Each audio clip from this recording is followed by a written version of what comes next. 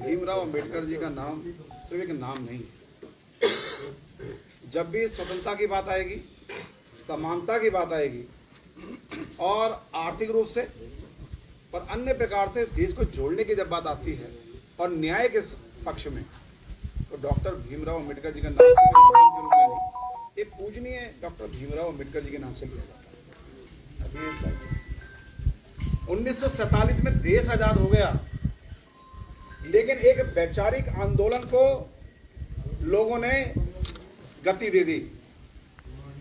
ये देश में आजाद करते समय ये तो कह दिया गया कि आप आजाद हो गए, लेकिन टुकड़ों में बांटने का प्रयास हो गया कि आप पूर्वांचल के हो गए, आप यहाँ के हो गए, आप वहां के हो गए, आप इस जाति के हो गए, आप इस धर्म के हो गए। इसको बहुत तेजी से बढ़ावा दिया गया, क्योंकि उन्हें पता था कि हम अंग्रेज हैं और हम यहाँ से आज जा रहे हैं, तो कोई ना कोई ऐसा बीज बोकर जाएं कि ये देखने में तो आजाद हो जाएं, लेकिन चाय फ्री में पिला के ऐसी चाय का चस्का ना दे जाएं कि जिंदगी में हमारी चाय के बहाने पर सुबह उठ ना पाएं। चाय के अलावा इनके मन में ऐसा जहर हो जाए कि बाजपुर एक छोटा सा शहर है, तो उसमें भी एक बंटवारे में हम लोग दिखाई पड़े कि हम शुगर फैक्ट्री के हैं, हम मजरा प्रभु के हैं, हम उस मोहल्ले के हैं, हम ऐसे हैं, हम बड़े हैं, हम छोटे हैं।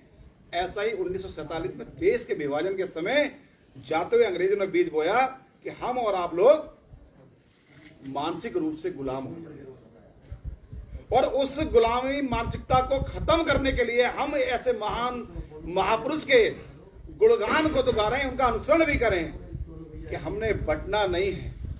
क्योंकि 1947 के बाद में बहुत सारे प्रयास सरकारों द्वारा किए जा रहे हैं, और देखिए जहां लोग कहते हैं कि अनुसूचित वर्ग के लोगों को सम्मान देने की दिशा में लोगों को कदम बढ़ाना चाहिए, तो मुझे कहते हुए फक्र होता है कि वर्तमान सरकार जो केंद्र में है, उन्होंने हमारे राष्ट्रपति के रूप में श्री रामनाथ कोविंद जी को भी सर्वोच्च पद जो पूरे भारत का होता है उससे नवाजा, क्योंकि वो चाहते थे कि सबको बराबर का सम्मान मिलना चाहिए।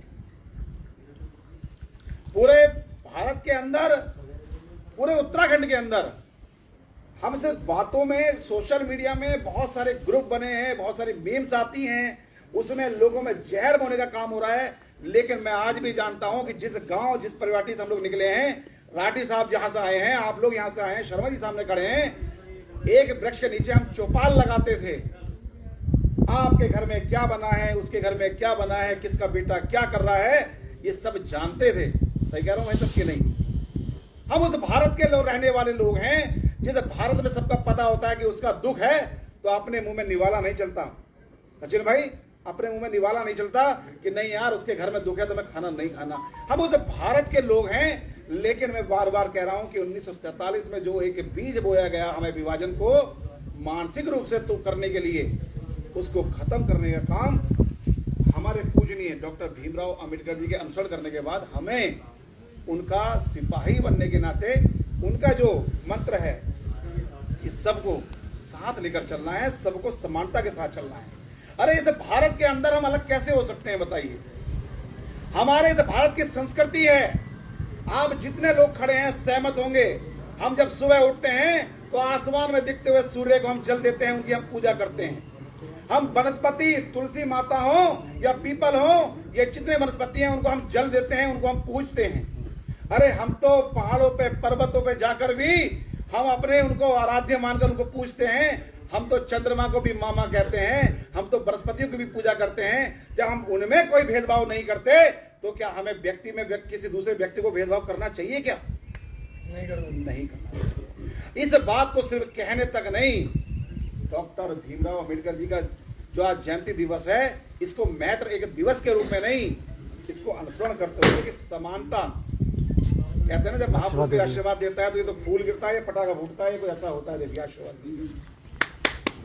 तो समानता और न्याय के साथ कंधे से कंधा मिलाकर सबका साथ, सबका विकास लेकर हम लोग साथ चलें। और मैं सच कहता हूं कि सबसे छोटा जरूर हूं, लेकिन सबसे छोटी चाबी भी कई बार कई सारे ताले खोल देती है। हम यशपाल भाई ने तो अच्छा बोला, उसके बाद मेरा बोलने का बिल्कुल मन नहीं है, क्योंकि यशपाल भाई जब आगे चलते हैं तो मुझे लगता है जो इन्होंने बोला वही मैं बोलना चाहता था। इतना ही बात कहकर गोल्डी भैया, रामकिशन जी, गुलाम मुस्तफा जी भाई साहब खड़े, साथ में रिंकू भाई खड़े, मैं ज्यादा नहीं बोलूंगा, उसका आप लोगों को सामने बोलना हो, मैं अपनी बात नहीं विराम दूंगा। लेकिन मैं सिर्फ इतना कहता हूँ, 21 दिन को सिर्फ एक जयंती दिवस मत मनाइए, इसको अनुसरण भी करिए। और लोग जो हमारे बीच दिमाग में बोने की कोशिश करते हैं, उसमें आज ये सौगंध और शपथ लेकर हमको चलना चाहिए कि हम सब एक हैं, हम सब भारत माता के पुत्र हैं, उनकी संतान हैं। बोलिए भारत माता की जय। भारत माता की जय हिंद, जय भारत, जय उत्तराखंड और जय भाजपुर।